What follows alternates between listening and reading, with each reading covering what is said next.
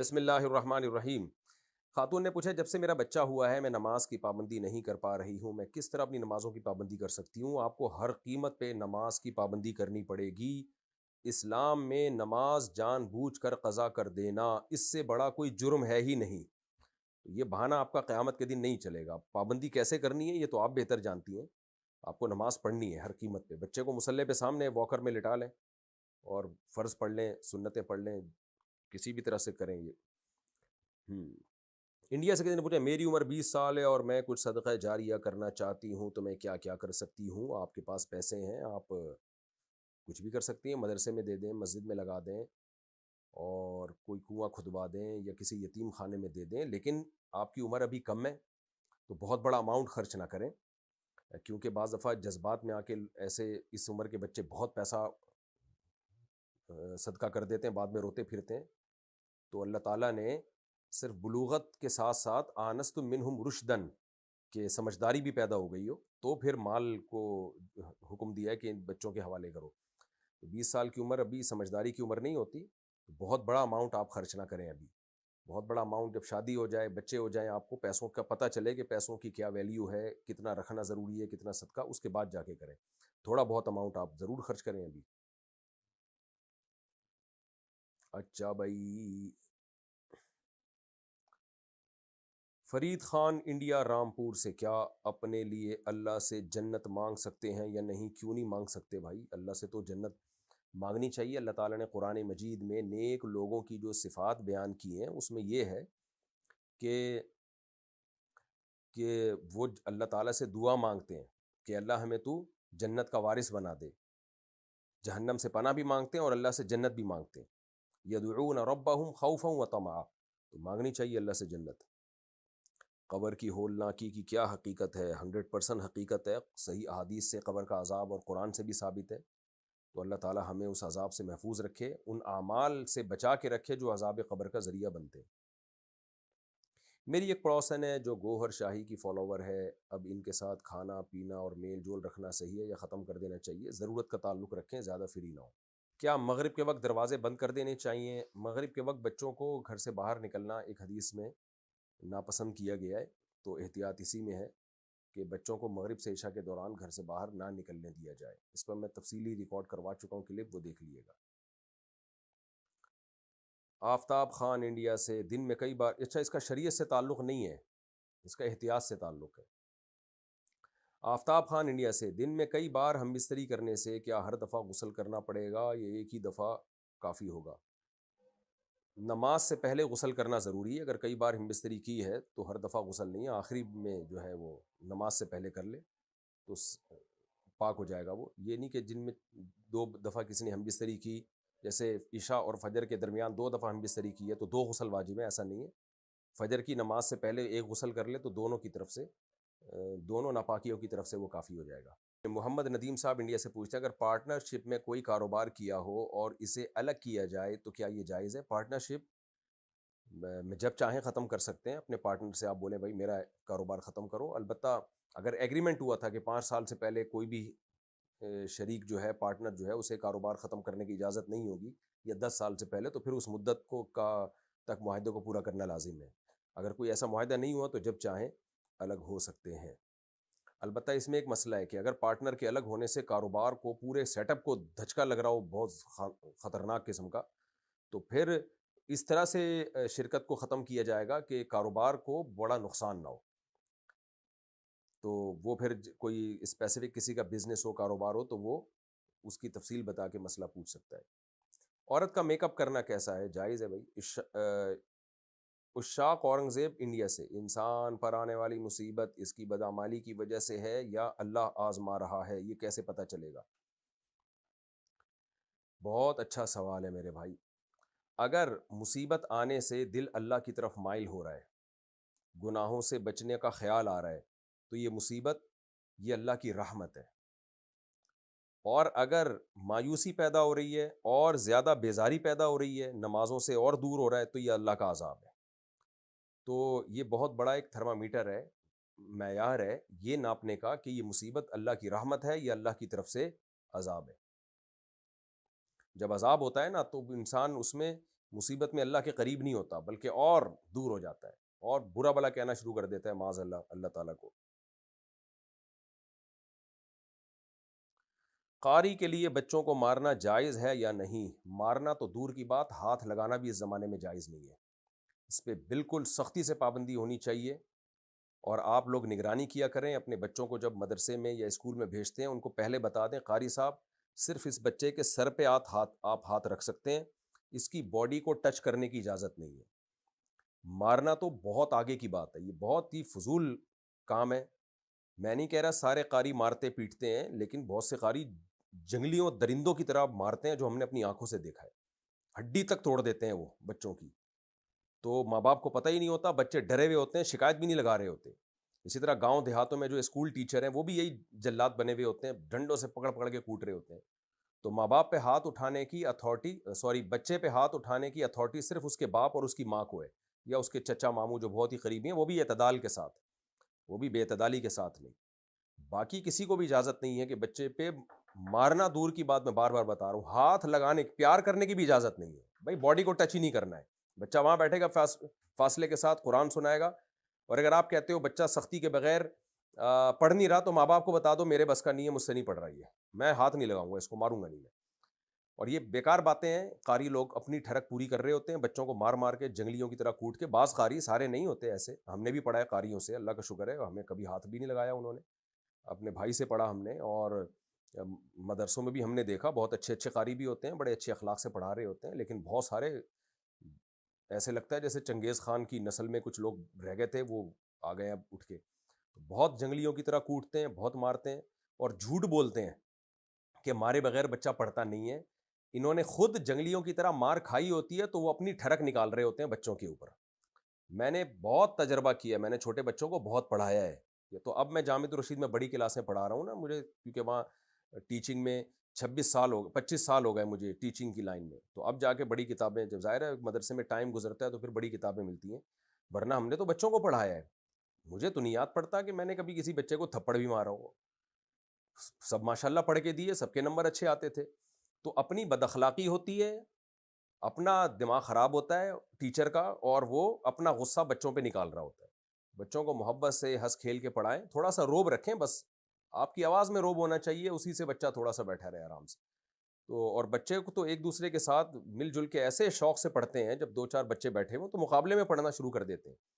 تو یہ ٹرینڈ بالکل ختم ہونا چاہیے کہ کوئی قاری بچے پہ ہاتھ اٹھائے، اور اس کے یہ کہ شرعاً جائز ہے ناجائز ہے اس بحث میں نہ پڑیں، اس زمانے میں بہرحال ناجائز ہے۔ کیمرے لگوائیں مسجدوں میں، مدرسوں میں، کہ کوئی ہاتھ بھی نہیں لگائے، اور بہت سخت پنشمنٹ رکھیں اس پہ۔ بھائی مارنا دور کی بات، تو نے یوں کیوں پکڑا اس کو، یہ تیرا کیا لگتا ہے بچہ، تو یوں کیوں پکڑ رہا ہے، بچے کی چٹکی کیوں لے رہا ہے، تو پیار کیوں کر رہا ہے بچے کے چہرے پہ؟ یہ بہت سختی کرنی پڑے گی اس زمانے میں، کیونکہ یہ فساد کا دور ہے، یہ شہوت پرستی کا دور ہے، یہ تقویٰ للہیت کا دور نہیں ہے۔ شادیاں ہوتی نہیں ہیں، اور فحش فلمیں دیکھ دیکھ کے ہر آدمی ٹھرکی بنا ہوا ہے، شادیاں کرتے نہیں ہیں، اور کرتے بھی ہیں تو جب پورے ٹھرکی بن چکے ہوتے ہیں اس کے بعد جا کے شادی کرتے ہیں، وہ شادی کے بعد بھی ٹھڑکیں ختم نہیں ہوتی ان لوگوں کی۔ تو وقت پہ شادیاں نہیں ہو رہی ہیں، پھر فحش فلمیں، پھر میڈیا پہ سب چیزیں شہوت کو برانگیختہ کر رہی ہیں، پھر جب ٹیچر کے سامنے آ کے پیارے پیارے سے بچے بیٹھے ہوئے ہوتے ہیں تو وہ ٹھڑک وہاں پوری کر رہا ہوتا ہے اپنی، اور کبھی پیار کر رہا ہوتا ہے، کبھی گود میں بٹھا رہا ہوتا ہے، کبھی بھی دیکھیں اس کو ویسی کی تیسی کر دیں۔ اور اپنے چھوٹے بچوں کو بھی جب لے کے جایا کریں نا سفر میں، تو ان کی بھی کیئر کریں۔ آپ کے دوست فری ہو رہے ہیں، بچے کو گود میں بٹھا رہے ہیں، آپ بولیں بھائی ہمیں آپ کی نیت پہ کوئی شک نہیں ہے، آپ نیک انسان ہو، لیکن یہ گود میں بٹھانا ٹھیک نہیں، نیچے بٹھائیں آپ اس کو، اس میں وہ آپ کو بد اخلاق کہے کچھ بھی کہے کوئی فرق نہیں پڑتا اس سے۔ تو بچے کو کبھی نہ کسی کے گود میں بیٹھنے دیں، نہ بالکل ایسے اس کو جو ہے وہ پیار کرنے دیں گال پہ اور چٹکیاں لینے دیں، یہ پیار کرنا ہے بس سر پہ ہاتھ رکھو کافی ہے اتنا، اور مسافہ کرو بس۔ ہاں بہت چھوٹا بچہ ہو، جیسے 2 سال کے 2.5 سال کے چھوٹے گود والے بچے ہوتے ہیں تو وہ ایک الگ بات ہے، لیکن 7 سال 8 سال یا 6 سال کے بچے ہوں یا بچیاں ہوں، ان سب میں احتیاط ضروری ہے۔ میں نے بہت دیکھا ہے بچوں کو قاری لوگ مارتے بھی ہیں، اور جو ہے بہت بعض قاری ظاہر ہے سب نہیں ہوتے، بار بار یہ لفظ میں دہرا رہا ہوں، تو اس کا بہت زیادہ خیال کرنا ضروری ہے۔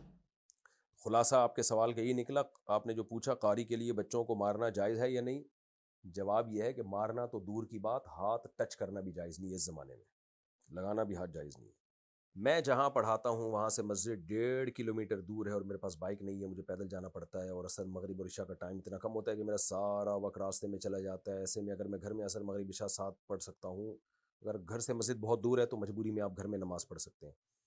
ہم کافی ٹائم سے گھر بیچنے کی کوشش کر رہے ہیں, گھر بک نہیں رہا, کافی عرصے سے خالی ہے, وہاں کافی سخت اثرات ہیں, بہت سخت رکاوٹیں آ رہی ہیں. میرے شوہر گھر بیچ کر کاروبار کرنا چاہتے ہیں, ہم کافی پریشان ہیں. اس کا توڑ بتا دیجئے, گھر سے جنات شیاطین ختم ہو جائیں. آپ کے گھر میں کوئی جنات شیاطین نہیں, آپ لوگ ہی ہیں گھر کے اندر, یہ ذہن میں رکھیں. تو اب آپ کیا ہیں؟ میں تو آپ کو انسان سمجھ کے مسئلہ بیان کر رہا ہوں. جب ایک دفعہ کھوپڑی میں یہ بات آ جائے نا, وہم بیٹھ جائے کہ میرے گھر میں جن چڑیل بھوت ہیں, تو پھر جن بھی نکلیں گے, چڑیلیں بھی نکلیں گی, بندر کے پنجے بھی نظر آئیں گے, خون کی چھینٹیں بھی نظر آئیں گی. تو آپ صرف یہ کر لیا کریں, سورہ بقرہ ختم کیا کریں گھر کے اندر برکت کے لیے. نحوست اگر اللہ بالفرض کوئی ہو بھی تو ختم ہو جائے گی. تو سورہ بقرہ کا ورد کر لیا کریں, اور یہ دماغ سے نکال دیں کہ آپ کے گھر میں کچھ ہے. کچھ بھی نہیں ہوگا انشاءاللہ. سود کے پیسے ٹیکس بھرنے کے لیے استعمال کر سکتے ہیں یا نہیں؟ یہاں پر کوئی اسلامک بینکنگ نہیں ہے. نہیں, سود کے پیسے ٹیکس بھرنے کے لیے استعمال نہیں کر سکتے. سود کے پیسے بس ثواب کی نیت کے بغیر جان چھڑانے کے لیے صدقہ کر دیں بس, اور کوئی حل نہیں ہے اس کا. کسی بھی خیر کے کام میں ڈال دیں. عبداللہ صاحب مردان سے, اگر کوئی کمپنی اپنے گاہک کو اپنی پروڈکٹ اس شرط پر دے کہ میں آپ کو مثال کے طور پر کپڑا دیتا ہوں 1000 روپے میں, اور آپ نے اپنا منافع شامل کر کے آگے بیچ دینا ہے, تو اس طرح منافع جائز ہے یا نہیں؟ مطلب سامان پر ہمارا قبضہ نہیں, مگر کمپنی مکمل اجازت دیتی ہے آگے بیچنے کی. اگر یہ جائز نہیں تو اس قسم کے کاروبار کی کیا صورت ہو سکتی ہے؟ جائز ہے, آپ کمپنی کے کمیشن ایجنٹ بن کے بیچ رہے ہیں کہ بھئی میرا کپڑا نہیں ہے, کمپنی کا کپڑا آپ بکوا رہے ہیں اور اپنا ایک پروفٹ رکھ رہے ہیں اس میں. تو پروفٹ کا یہ طریقہ ٹھیک نہیں ہے کہ 1000 روپے کے اوپر جتنا رکھیں آپ رکھیں, بہتر یہ مکروہ ناپسندیدہ ہے. تو اس کے طریقہ یہ ہے کہ آپ کہیں بھئی ٹھیک ہے, ہم اس کو جتنے میں بیچوں گا میں اس میں اتنی پرسنٹیج میری ہوگی, پرسنٹیج طے کر لیں آپ. یا یوں کر لیں کہ بھائی یہ کپڑا 1000 کا ہے تو میں 1200 میں بیچوں گا, 200 میرے ہوں گے اور 1000 آپ کے ہوں گے. اور تیسری صورت یہ بھی گنجائش ہے اس کی بھی کہ 1000 سے اوپر جتنا بکا وہ میرا, باقی سارا آپ کا. یہ ناپسندیدہ ہے لیکن گنجائش اس کی بھی ہے. اگر باپ سگی نابالغ بیٹی کے ساتھ, توبہ توبہ توبہ, یہ آج کل مسئلہ یہ ہو رہا ہے, وہی بات ہے, انٹرنیٹ پر فحش فلمیں دیکھی جا رہی ہیں اور دوسری شادی کا رواج نہیں ہے. مرد میں ڈیزائر زیادہ ہوتی ہیں, بعض دفعہ بیوی جلدی بوڑھی ہو جاتی ہے, اس میں دلچسپی مرد کی ختم ہو جاتی ہے, اور پھر وہ انسان نہیں بلکہ وہ درندہ بن جاتا ہے. کبھی بہوؤں پہ نظریں ڈال رہا ہوتا ہے, کبھی بہن پہ, کبھی بیٹیوں پہ. ایسے درندے لوگوں کے حالات پھر ہمارے سامنے آتے ہیں, تو بددعائیں نکلتی ہیں بے شرموں کے لیے, بے غیرتوں کے لیے. تو بیٹی کو چاہیے ایسی صورت میں باپ سے فوراً علیحدگی اختیار کر لے. بہو ہو تو اس کا تو رشتہ ہی حرام ہو جاتا ہے, اور باپ بیٹی کا بھی اگر ایسا ریلیشن ہو جائے تو اس باپ پر اس بیٹی کی ماں بھی حرام ہو جاتی ہے, خوب سمجھ لیں. تو لیکن خود سے یہ فیصلہ نہ کریں, کسی کے ساتھ ایسا ہوا ہے تو تفصیل لکھ کے مسئلہ پوچھیں کسی قریبی مفتی سے جو ریلائبل مفتی ہو. تو لیکن بیٹی کو ایسی صورت میں چاہیے فوراً گھر سے نکل جائے اور ایسے باپ سے دوری اختیار کر لی جائے. باقی اس باپ کے لیے دعا کرنی چاہیے ہدایت کی, اور مر جائے تو مغفرت کی دعا بھی کرنی چاہیے. مر جائے تو زیادہ اچھا ہے ایسا باپ. کیا ہم اپنی بلیوں کو نیوٹر یعنی نہ مذکر نہ مؤنث کروا سکتے ہیں؟ اس میں گناہ تو نہیں ہوگا؟ نہیں, کوئی گناہ نہیں ہے, کروا لیں آپ. کہتے ہیں کہ اللہ تعالیٰ اپنے حقوق معاف کر دیتا ہے, مگر بندوں کو حقوق جب تک وہ معاف نہ کریں تو معاف نہیں ہوتے. تو اگر میں پکی توبہ کر لوں مگر ماضی میں جو بندوں کے حقوق تلف کیے اور وہ بندے دنیا سے چلے گئے یا ان کا پتہ ہی نہ ہوتا, اس صورت میں میری توبہ کا کیا ہوگا؟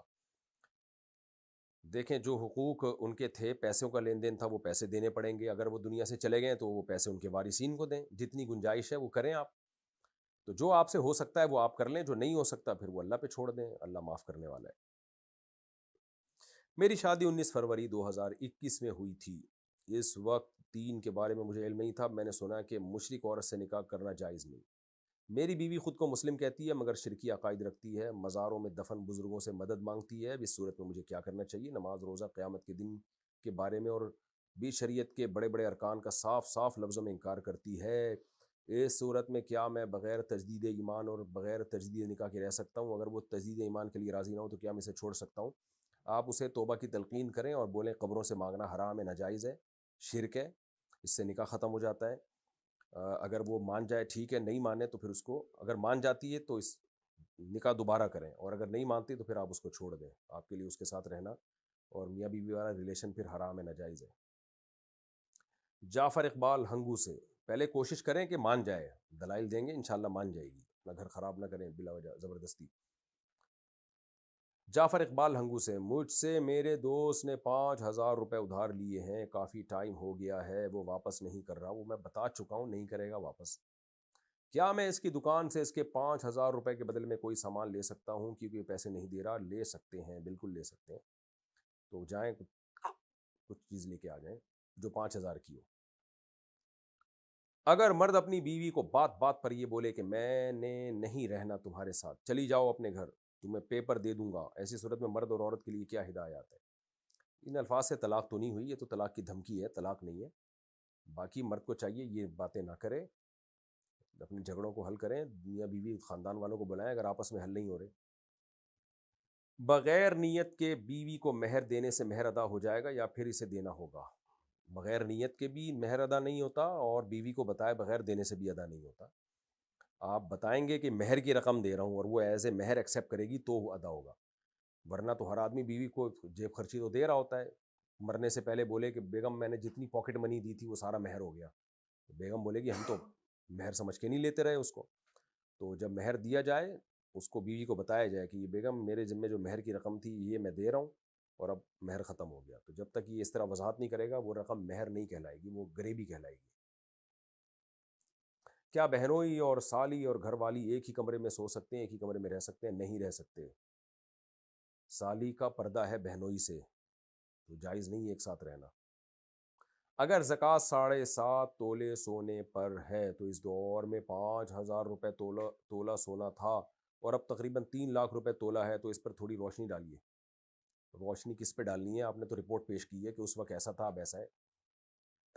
آپ شاید اس پہ روشنی ڈالنا چاہ رہے ہیں کہ 5,000 روپے تولہ سونا تھا اور اس وقت آپ نے زکوٰۃ نہیں دی، اور اب پرانی زکوٰۃ دینا چاہتے ہیں تو کس قیمت پہ دیں گے؟ تو اگر خالی سونا ہی تھا آپ کے پاس اور 1 روپیہ بھی نہیں تھا تو سونے کی موجودہ ویلیو پہ آپ زکوٰۃ دیں گے، اور اگر سونے کے ساتھ کچھ رقم تھی تو پھر سونے کا نصاب نہیں دیکھا جاتا، 52.5 تولے چاندی کی قیمت دیکھی جاتی ہے، تو پھر قیمت کے حساب سے دیں گے۔ یعنی اس وقت سونے کی جو قیمت تھی وہ کم تھی تو اسی قیمت کا 2.5% دینا پڑے گا آج آپ کو۔ میں نو مسلم ہوں، 6 سال پہلے مسلمان ہوا تھا تو ترنت نماز فرض ہو گئی تھی۔ ترنت بولے تو فوراً۔ 1 سال مجھے نماز سیکھنے میں لگ گیا تھا، تو کیا مجھے قضائے عمری پڑھنی پڑے گی؟ بہت ٹینشن میں ہوں۔ اگر آپ نے نمازیں پڑھی ہیں تو پھر قضائے عمری پڑھنے کی ضرورت نہیں ہے۔ جو سیکھنے میں ٹائم لگا، تو جس طرح بس ارکان بھی اگر ادا ہو گئے تھے نا، جیسے آپ کو سورہ فاتحہ نہیں آتی تھی لیکن آپ سورہ فاتحہ سیکھ رہے تھے اور جتنی سیکھتے تھے اتنی پڑھ لیتے تھے، قیام کر لیتے تھے، رکوع کر لیتے تھے، 2 سجدے، جو یعنی جو ارکان ہوتے ہیں نماز کے بیسک ارکان، تو آپ کی نماز ہو گئی۔ غیر مسلم جب مسلمان ہوتا ہے نا تو جتنا ٹائم اس کو سیکھنے میں لگتا ہے تو وہ سیکھنے والا ٹائم میں شرعاً وہ معذور ہوتا ہے، تو وہ پھر اس کی نماز ہو جاتی ہے۔ البتہ رکعتیں اور سجدے پورے ہونے چاہیے، یہ ضروری ہے۔ اگر رکعتیں بھی پوری نہیں تھیں، کیونکہ رکعتیں سیکھنے میں تو ٹائم نہیں لگتا نا، جیسے فجر کے 2 فرض پڑھنے ہیں، آپ نے 2 رکعتیں پڑھنی ہیں، تو اب 2 رکعتیں اور ہر رکعت میں 2 سجدے تو کرنے ہی پڑیں گے۔ سیکھنے میں ٹائم لگتا ہے، تحیات کو سیکھنے میں اور سورہ فاتحہ اور قرآن کی کوئی سورت کو سیکھنے میں ٹائم لگتا ہے۔ تو اس سیکھنے میں جو ٹائم لگا تو اس میں جس طرح بھی آپ نے پڑھ لی آپ کی نماز ادا ہو گئی ہے۔ تو جو نمازیں پڑھ لی ہیں جیسے تیسے بھی پڑھی ہوں ان کو لوٹانے کی ضرورت نہیں ہے، جو پڑھی نہیں سرے سے تو وہ تو بہرحال آپ کے ذمے ہے، پھر اس پہ توبہ استغفار بھی ضروری ہے۔ جب بھی کوئی غیر مسلم مسلمان ہوتا ہے نا تو اس کو نماز میں کتنا حصہ سکھا دینا چاہیے فوراً، یہ خوب سمجھ لیں۔ جیسے ہی اسلام میں داخل ہو اس کو سب سے پہلے جو نماز کا ٹائم ہو، جیسے کوئی غیر مسلم عصر کے ٹائم پہ مسلمان ہوا ہے تو اس کو فوراً بتا دیں بھائی اب عصر کی نماز آپ نے پڑھنی ہے۔ تو کیسے پڑھنی ہے؟ ظاہر ہے اس کو تو نہیں آتی، اس کو وضو کرا دیں، بھائی اس طرح سے وضو کرنا ہے، اور یہ بتا دیں عصر کی 4 رکعتیں ہوتی ہیں، اور 4 رکعتوں میں کیا ہے؟ قیام ہے، رکوع ہے، سجدہ ہے، 2 سجدے ہیں، اس طرح سے اتنا بھی یعنی اللہ اکبر کہہ کے نیت باندھ لے اور پھر اس طرح سے نماز پڑھ لے۔ ہاں ٹائم اس کو لگے گا سورہ فاتحہ سیکھنے میں، تو سب سے پہلے جو چیز غیر مسلم کو یاد کرائی جائے گی وہ ہے سورہ فاتحہ۔ جیسے ہی سورہ فاتحہ یاد ہو جائے تو پھر اس کو مختصر سی کوئی قرآن کی صورت انا اعطیناک الکوثر فصلی لربک وانحر ان شانئک هو الابتر یہ یاد کرا دیں، یا قل هو اللہ احد یاد کرا دیں. اور تیسرے نمبر پہ سب سے پہلے اس کو التحیات یاد کرا دیں، التحیات للہ والصلوات والطیبات، السلام علیک ایھا النبی ورحمۃ اللہ وبرکاتہ، السلام علینا وعلی عباد اللہ الصالحین، اشہد ان لا الہ الا اللہ اشہد ان محمدا عبدہ ورسولہ، یہ یاد کرا دیں. اور تکبیر تحریمہ یعنی نماز کی نیت باندھنی اللہ اکبر کہہ کے، اور نماز ختم کرنی السلام علیکم ورحمۃ اللہ. اتنا اس کو آ گئی نا تو بس فرض ادا ہو جائے گا اس کا. پھر بے شک رکوع سجدے کی تسبیحات نہ بھی پڑھے تو نماز ہو جاتی ہے اس سے. رکوع سجدے کی تسبیحات سیکھتا رہے گا آرام سے، سبحان ربی العظیم سبحان ربی الاعلیٰ. تو نماز کا جو ایک ڈھانچہ قائم ہو جاتا ہے نا، وہ اتنا سیکھنے سے بھی ہو جاتا ہے. تو جب بھی کوئی غیر مسلم مسلمان ہو، آپ نے کیا سکھانا ہے؟ سب سے پہلے اس کو کہنا بھائی ابھی والی نماز پڑھو، وضو کرا دیں، بہتر تو یہ غسل کرا دیں اس کو. سنت یہی ہے کہ نبی صلی اللہ علیہ وسلم جب کوئی غیر مسلم مسلمان ہوتا تھا غسل کا حکم دیتے تھے. تو اگر حالت جنابت میں ہے تو پھر تو غسل فرض ہے، تو غسل کرا دیا اس کو، اور فوراً بولا بھائی آپ نے اب وقتی نماز پڑھنی ہے کیونکہ نماز قضا نہ ہو. اب وہ کیسے پڑھے گا؟ آپ بتا دیں بھائی عصر کی نماز ہے 4 فرض پڑھ لو. بھائی مجھے تو فاتحہ نہیں آتی، کوئی بات نہیں، فاتحہ سیکھتے رہنا، ابھی صرف ایسے کر لو، اللہ اکبر کہہ کے نیت باندھ کے کھڑے ہو جاؤ. اگر جماعت کی نماز ہو رہی ہے تو جماعت میں شامل کر لیں اس کو، پھر تو بولیں بھائی بس اللہ اکبر کہہ کے پیچھے کھڑے ہو جاؤ، اور امام جو کچھ کر رہے ہیں آپ اس کے ساتھ ساتھ کرتے رہو. اللہ اکبر کہہ کے نیت باندھنا ہے، اور السلام علیکم ورحمۃ اللہ کہہ کے نماز ختم کرنی ہے. یہ 2 لفظ تو فوراً سکھا دیں. اور پھر تیسرے نمبر پہ سورہ فاتحہ سکھا دیں اس کو، اور قل اللہ احد سکھا دیں، اور التحیات سکھا دیں. تو ساری زندگی اتنی بھی پڑھتے رہے گا نا تو نماز اس کی ہو جائے گی. انڈیا سے کسی نے پوچھا ہے کسی کے دل میں محبت کیسے ڈالیں؟ کوئی وظیفہ یا قرآن کی کوئی صورت ہے تو پلیز بتا دیں. حلال محبت دل میں ڈالنی ہو تو اس کے لیے دعا ہے. حلال محبت سمجھ شوہر کی محبت دل میں ڈالنی ہے کہ شوہر مجھ سے محبت کرے، باپ مجھ سے محبت کرے، ماں مجھ سے محبت کرے. گرل فرینڈ بوائے فرینڈ کی محبت کے لیے وظیفے پڑھنا حرام ہے، ناجائز ہے. تو شوہر کے لیے جائز ہے. یا بیوی محبت نہیں کرتی شوہر سے تو شوہر تو کوئی وظیفہ کچھ بس دعا مانگے اللہ سے، بہتر تو یہی ہے. تو یہی ہے بس.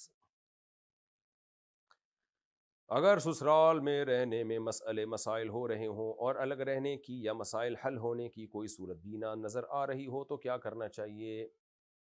کن صورتوں میں طلاق کی طرف جانا چاہیے؟ کن صورتوں میں کمپرومائز کرنا چاہیے؟ کیا سوچ کر صبر کرنا چاہیے؟ ہر صورت میں کمپرومائز کرنا چاہیے، صرف ایک صورت میں کمپرومائز نہیں کرنا چاہیے کہ بالکل ہی اتنا زیادہ حالات خراب ہو جائیں کہ حدود اللہ پہ قائم رہنا مشکل ہو، ایک دوسرے کو مار دھاڑ شروع ہو جائے، ڈپریشن میں جانا شروع ہو جائیں، ڈپریشن کی گولیاں شروع ہو جائیں. یہ حالت اگر ہو گئی ہے تو پھر علیحدہ گھر لینا چاہیے. وہ بھی نہ ہو تو پھر علیحدگی کی طرف جانا چاہیے. جب تک ایسی کنڈیشن نہ ہو تو کمپرومائز ہی کرنا چاہیے. جب بچے بڑے ہو جاتے ہیں نا، میاں بیوی کے جھگڑے ختم ہو جاتے ہیں. شروع میں سب کے یہاں جھگڑے ہی ہوتے ہیں آج کل، تو اس لیے کمپرومائز ہی کرنا چاہیے، علیحدگی کی طرف نہ جائیں. علیحدگی کی صورت میں مسائل اور کم نہیں ہوتے، بڑھ جاتے ہیں مسائل. کیا بہن بھائی ایک دوسرے کو زکوٰۃ دے سکتے ہیں؟ جی دے سکتے ہیں اگر غریب ہیں. روزانہ 160 کلومیٹر سفر کرنا ہو تو نماز کیسے ہوگی؟ اگر شہر سے باہر نکل کے 160 کلومیٹر جانا ہے تو 78 کلومیٹر جانا کا ارادہ ہو تو سفر مسافر کہلاتا ہے ایسا آدمی. تو 160 تو 78 سے زیادہ ہے. تو جیسے ہی اپنے شہر سے باہر نکلیں تو آپ 4 کے بجائے 2 رکعت پڑھنا شروع کر دیں، لیکن مغرب کی نماز اور وتر پورے ہوں گے. پردہ میں رہ کر بیڈمنٹن وغیرہ کھیل سکتے ہیں؟ جی کھیل سکتے ہیں، لیکن مردوں کے سامنے نہ کھیلیں. خواتین انڈور گیم کھیلیں، اور ان کے لیے حکومت کو بھی چاہیے ایسے انڈور گیمز کا انتظام کرے. آج کل گھر بہت چھوٹے چھوٹے ہوتے ہیں، صحتیں خراب ہو رہی ہیں. پہلے زمانے میں تو گاؤں میں گھر اتنے بڑے بڑے ہوتے تھے، خواتین کی واکنگ اچھی خاصی ہو جاتی تھی، پھر سیڑھیوں پہ چڑھنا اترنا، ادھر جانا ادھر جانا. گاؤں دیہاتوں میں تو بہت ان کی فزیکل ایکٹیویٹی بہت ہوتی ہے. آج کل فلیٹوں میں خواتین رہتی ہیں، گھر میں رہ کے پھر کھاد اسی اسپیڈ سے رہی ہیں، تو وہ صحت بیماریوں کی ایسی کی تیسی ہو جاتی ہے. یعنی بیماریاں اتنی آ جاتی ہیں، صحت کی ایسی کی تیسی ہو جاتی ہے. تو گورنمنٹ کی ذمہ داری ہے کہ وہ خواتین کے لیے ایسی جگہیں بنائے جہاں وہ ان کو فزیکل ایکٹیویٹی کا موقع ملے. جم ہونے چاہیے خواتین کے لیے پردے کے ساتھ، اس میں موبائل لے جانے کی پرمیشن نہ ہو، اور پارک ہونے چاہیے جہاں وہ واکنگ کر سکیں، جاگنگ کر سکیں، جس میں صرف خواتین الاؤ. پہلے گورے اس کا خیال کرتے تھے جب تک ان کا فیملی سسٹم تھا. میں کسی کنٹری میں گیا، مجھے یاد نہیں، شاید آسٹریلیا میں، وہ پرانے دور کے گوروں کے پارک بنے ہوئے ہیں جس میں صرف خواتین کو اور چھوٹے بچوں کو اجازت تھی. یعنی گورے بھی کسی زمانے میں غیرت مند ہوا کرتے تھے. کہ وہ پارک صرف خواتین کے لیے تھے کہ خواتین یہاں جاگنگ کریں گی, کسی مرد کا داخلہ یہاں ناجائز ہے. اب تو چونکہ ان کا خاندانی نظام ہی تباہ و برباد ہو گیا, اب تو مرد اور عورت کا فرق ہی ختم ہوتا جا رہا ہے, پتہ ہی نہیں چلتا ہے کمبخت ہی ہے, شی ہے, کیا ہے. تو چند سال پہلے تک انگریزوں میں بھی ان چیزوں میں بڑا خیال تھا, اب بھی ہوگا بعض جگہوں پر. تو لیکن ہم ایک مسلم کنٹری میں رہتے ہیں, یہاں گورنمنٹ کی ذمہ داری ہے کہ جب بھی کوئی نقشہ پاس ہو کسی ریزیڈینشل ایریا کا, تو اس میں جیسے مسجد ہوتی ہے, جیسے کوئی پارک ہوتا ہے, تو اس میں وہاں یہ بھی ہو کہ بھئی خواتین کے لیے بالکل الگ. لوگ بناتے ہیں فیملی پارک, فیملی پارک الگ چیز ہے. فیملی پارک میں تو میاں بیوی آ رہے ہیں نا, تو کسی اور کی بیوی جاگنگ کر رہی ہے تو یہ کیوں دیکھ رہا ہے اس کو. تو وہ پارک ہی صرف لیڈیز کے لیے ہو, چھوٹے بچے اور لیڈیز, اس میں مردوں کا داخلہ ہی غلط ہو اور پورا کورڈ ہو وہ, تو تاکہ وہ اپنی فزیکل ایکٹیویٹی وہاں پہ کر سکیں. ورنہ یہ بیماریوں سے جو حال آج کل ہو رہا ہے, شوگر, بلڈ پریشر اور بہت زیادہ مسائل کھڑے ہو گئے ہیں. اور جن کو جم جانا ہوتا ہے, وہاں جم کا ماحول ایسا بیہودہ ہوتا ہے, وہاں اچھی بھلی پردے دار خواتین جا کے خراب ہو جاتی ہیں. تو اس لیے ایسی چیزوں کا, اور دیندار لوگوں کو چاہیے ایسی چیزوں میں خود آگے بڑھیں. ایک صاحب میرے پاس آئے کہ میری وائف کو ایکسرسائز کا ڈاکٹر نے بتایا ہے, اور وہ گھر میں, ظاہر ہے مالداروں کے یہاں خاص طور پر سارے کام ماسیاں کر رہی ہوتی ہیں, تو وہ کہتے ہیں بیٹھے بیٹھے پڑے بیمار ہونے لگی ہے.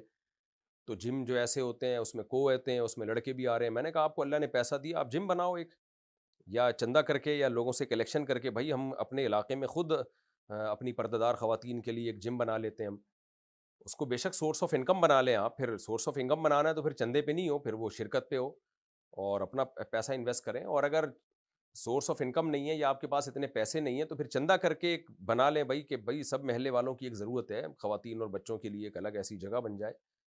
تو اس طرح محلے والوں کو محلے کی سطح پہ یہ چیزیں اپنے علاقوں کے لیے خود سوچنی چاہیے.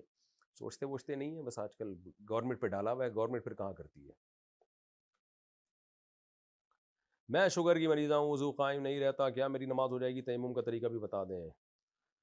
جن کا وضو باقی نہیں رہتا, بار بار پیشاب کے قطرے آتے ہیں, ان پر میں ایک کلپ ریکارڈ کروا چکا ہوں, آپ یوٹیوب پہ سرچ کریں مفتی طارق مسعود لکھ کے, کہ جن کا وضو بار بار ٹوٹتا ہو یا پیشاب کے قطروں کے مریض ہوں تو وہ کیسے وضو کریں. تو اس میں یہ پوری ڈیٹیل سے میں نے حکم بیان کیا ہے شریعت کا. کیا کسی کی مدد کے لیے کالا جادو کیا جا سکتا ہے؟ کالا جادو حرام ہے.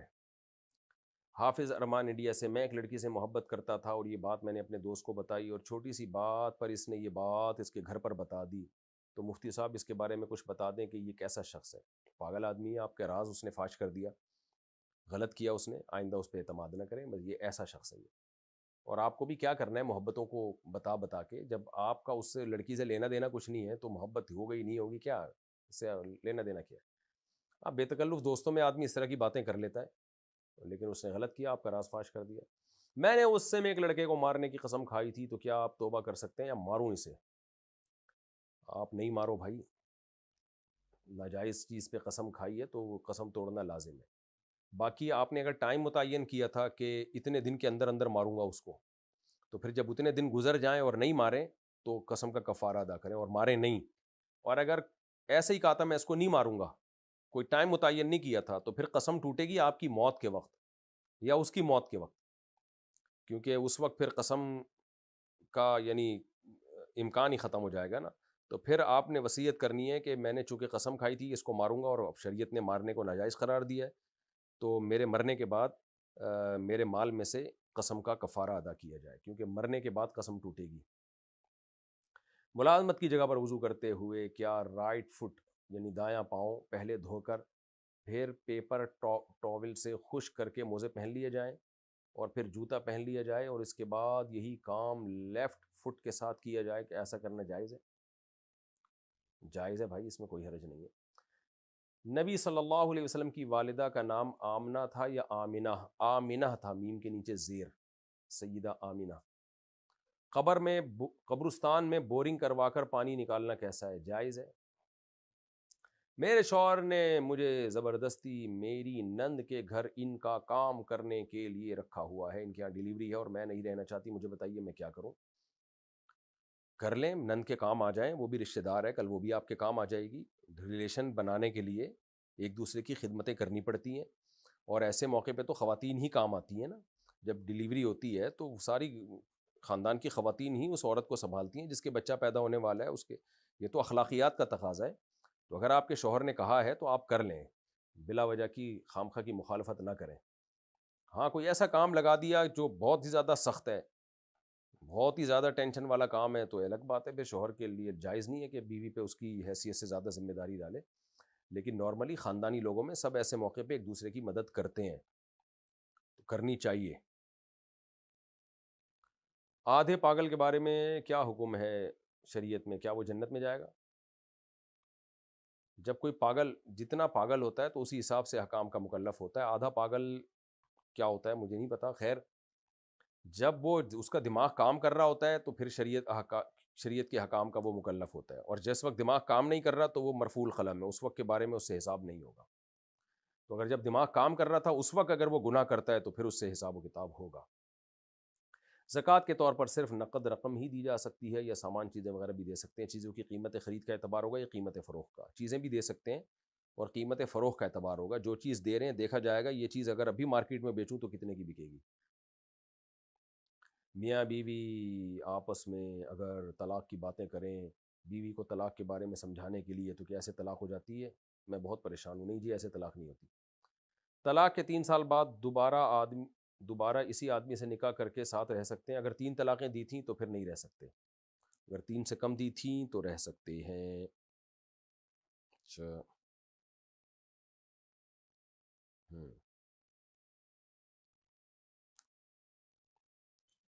وطر کی تیسری رکعت میں سورت پڑھنے کے بعد درود شریف پڑھ سکتے ہیں. وطر کی تیسری رکعت میں دعائے قنوت پڑھنا سنت مؤکدہ ہے. سنت مؤکدہ کا مطلب ہے کہ اس کو چھوڑ دینا حرج ہے, گناہ کا ذریعہ بن سکتی ہے یہ چیز, اس کی شریعت میں تاکید ہے. وطر کی تیسری رکعت میں سورت پڑھنے کے بعد درود شریف پڑھ سکتے ہیں. وطر کی تیسری رکعت میں دعائے قنوت پڑھنا سنت مؤکدہ ہے, سنت مؤکدہ کو چھوڑنا ٹھیک نہیں ہے, تو اس لیے دعائے قنوت سیکھیں.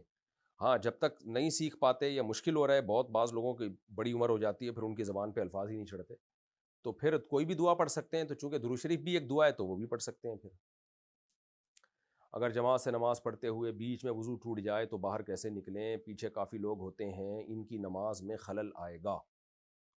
کوئی بات نہیں, آنے دیں خلل, آپ نکل جائیں, کھڑے رہنا وہاں جائز نہیں ہے. کیا زکوٰۃ ایڈوانس میں دے سکتے ہیں؟ جی ہاں, ایڈوانس میں زکوٰۃ دے سکتے ہیں.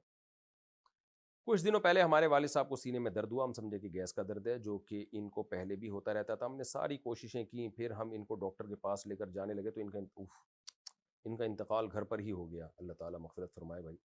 ڈاکٹر نے کہا کہ ان کے اندر زندگی کی کوئی آثار نہیں ہے. اب ہمارے بعض رشتہ دار ہمیں کہتے ہیں کہ تم لوگوں نے اپنے ابو کے ساتھ زیادتی کی, اور اگر جلدی لے جاتے تو ابو بچ جاتے, اس کا کفارہ کیا ہوگا؟ کوئی بھی اپنے باپ کو نہیں مارنا چاہتا. رشتہ دار منفی باتیں کر کر کے غم بڑھاتے ہیں, ایسے رشتہ داروں کو بولو خدا کے عذاب سے ڈرو. تو آئندہ یہ احتیاط کریں, کوئی بھی بیمار ہو تو فوراً ڈاکٹر سے رابطہ کریں, خود سے فرض نہ کر لیں کہ گیس کا درد ہے. تو لیکن جو ہوا وہ ہو گیا, بس اب اس کو بھول جائیں. آپ کوئی زیادتی نہیں کی آپ نے, ابو کے لیے توبہ استغفار کریں, ان کی مغفرت کی دعا کریں. آئندہ بہرحال احتیاط کریں آپ. لیکن جو رشتہ دار اس طرح کی باتیں کر رہے ہیں وہ منفیت پھیلا رہے ہیں. لوگوں کا کام ہوتا ہے طنز کرنا. ایک تو باپ کے مرنے کا غم ہوتا ہے, اوپر سے یہ اس طرح کی باتیں لوگ شروع کر دیتے ہیں. ایک غیر مسلم لڑکا ہے جو دل سے اسلام کو مانتا ہے اور اللہ کو بھی مانتا ہے, لیکن اس نے جا کر باقاعدہ اسلام قبول نہیں کیا جان کے خوف سے. اگر اس نے کسی مسلمان لڑکی سے نکاح کر لیا تو کیا اس کا نکاح ہو جائے گا؟ نہیں ہوگا, اسلام قبول کرنا پڑے گا.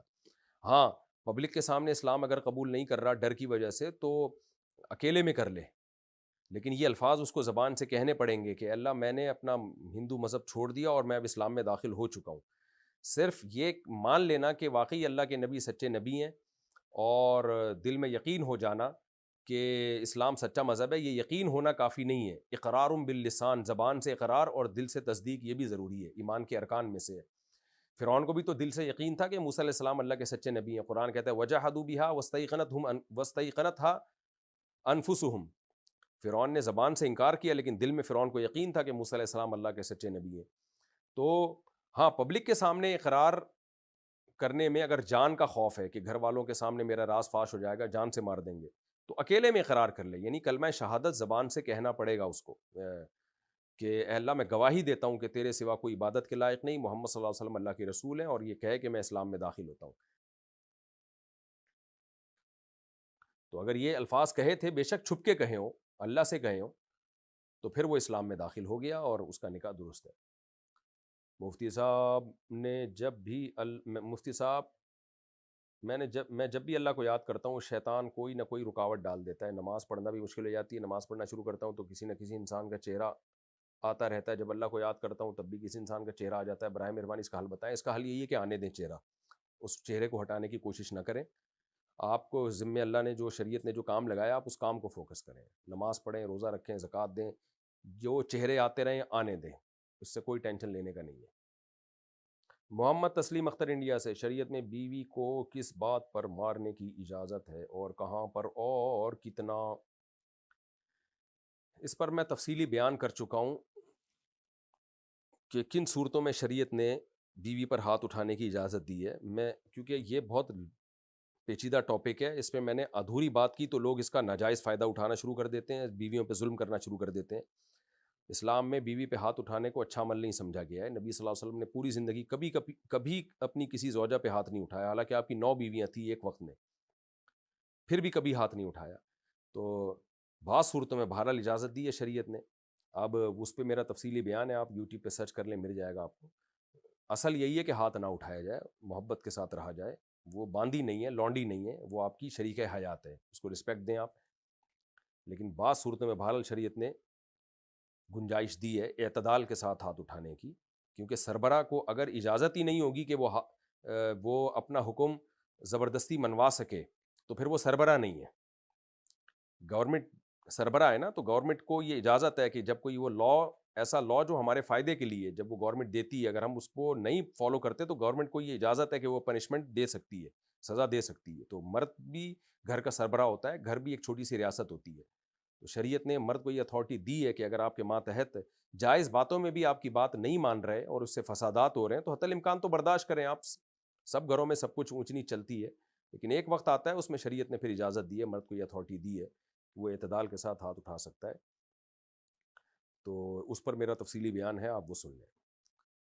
اور ایسے پرسنل لائیت کے مسائل چینل پہ نہ پوچھا کریں، کیونکہ میں جب بتاؤں گا تو اس سے جو پہلے ہی سے ظالم جابر مرد ہیں نا، جو بد اخلاق ہیں، وہ جری ہو جاتے ہیں اپنی بے گناہ عورتوں پہ اور ظلم بڑھ جاتا ہے۔ کچھ مرد ویسے ہی جنگلی ہوتے ہیں، وہ گاؤں دیہاتوں میں بہت اس طرح بعض علاقوں میں ظلم ہوتا ہے، کوٹتے ہیں ڈنڈوں سے بلا وجہ ایک ذرا سی باتوں پہ، تو وہ اور جری ہو جاتے ہیں پھر ان چیزوں سے۔ تو ایسے موقع پہ اپنے حالات بیان کر کے کسی مفتی سے اپنے پرسنل حیات کہ بھئی میری بیوی کے یہ حالات ہیں، تو ایسی صورت میں کیا شریعت مجھے اجازت دیتی ہے کہ اس پہ میں سختی کر سکتا ہوں؟ تو پرسنل اپنے حالات کال کر کے یا کسی کو بتا کے، جو ماہر مفتی ہو اس کو بتا کے اس سے شرعی حکم پوچھنا چاہیے، کیونکہ ہر ایک کے حالات دوسرے سے مختلف ہوتے ہیں۔ ایک آدمی دبئی میں ہے، اس کی شادی کو 15-16 سال ہو گئے ہیں، اس کے 3 بچے بھی ہیں، 3-4 بچے بھی ہیں۔ اب ایک عورت نے جو ان کے رشتہ دار ہے یہ بتایا کہ اس آدمی نے اور اس کی بیوی نے ایک عورت کا دودھ پیا ہے، تو اب کیا کرنا ہوگا؟ کچھ بھی نہیں کرنا ہوگا، اس خاتون کی بات کا کوئی اعتبار نہیں ہے، شادی ہو گئی، 4 بچے ہو گئے، اب آ کے بتا رہی ہے، تو اس بات کا کوئی شریعت میں اعتبار نہیں ہے۔ اگر پہلے سے مشہور ہو کہ ان دونوں نے بچپن میں ایک عورت کا دودھ پیا ہے تو دونوں میں علیحدگی کرائی جائے گی، اور اگر بعد میں آ کے کسی نے بتایا تو شرعی گواہی کا ہونا ضروری ہے، باقاعدہ پراپر 2 مرد گواہی دیں جنہوں نے اپنی جو یعنی ثقہ ہوں، یا عورتیں گواہی دیں، پھر ایک عورت نہیں ہے تو ایک مرد اور 2 عورتیں گواہی دیں، یعنی گواہی کا نصاب مکمل ہونا چاہیے۔ تو ایسے ایک عورت کے کہنے سے اب نہیں ہو سکتا کچھ بھی، تو یہ اطمینان کے ساتھ میاں بیوی کے طور پہ زندگی گزاریں، اور اس خاتون سے کہیں کہ اب آپ جو ہے نا پھوٹ ڈالنے کی کوشش نہ کرو میاں بیوی کے رشتے میں۔ بالفرض اگر آپ کو علم ہے کہ پیا بھی ہے تو آپ سے اس بارے میں اب سوال نہیں ہوگا، کیونکہ شریعت نے ہمیں ایک عورت کی گواہی پہ فیصلہ کرنے کے حکام دیے نہیں ہیں، تو ہم شریعت کے مکلف ہیں۔ اگر آپ کو یقین بھی ہے نا کہ پیا ہے تو بس اللہ کی نظر میں یہ میاں بیوی ہی ہیں، بہن بھائی نہیں ہیں۔ قاری صاحب کا بچوں کو مارنا جائز ہے یا نہیں؟ جائز نہیں ہے، اس زمانے میں بالکل ناجائز ہے، ہاتھ لگانا بھی جائز نہیں ہے، اس میں تفصیلی کلپ ریکارڈ کروا چکا ہوں، وہ میں نے کسی کے ذمہ لگا دی ہے کہ وہ چلا بھی دیں، اس زمانے میں بالکل اجازت نہیں ہے۔ جعفر اقبال ہنگو سے، پیسے جمع کر کے کرکٹ ٹورنامنٹ کرنا کیسا ہے؟ جائز ہے، لیکن جوا جائز نہیں ہے۔ ہوتا یہ کہ پیسے جمع کر کے کھیلتے ہیں تو جو ٹیم جیت جاتی ہے سارے اس کو دے دیتے ہیں، تو یہ جوا ہے، یہ ناجائز ہے۔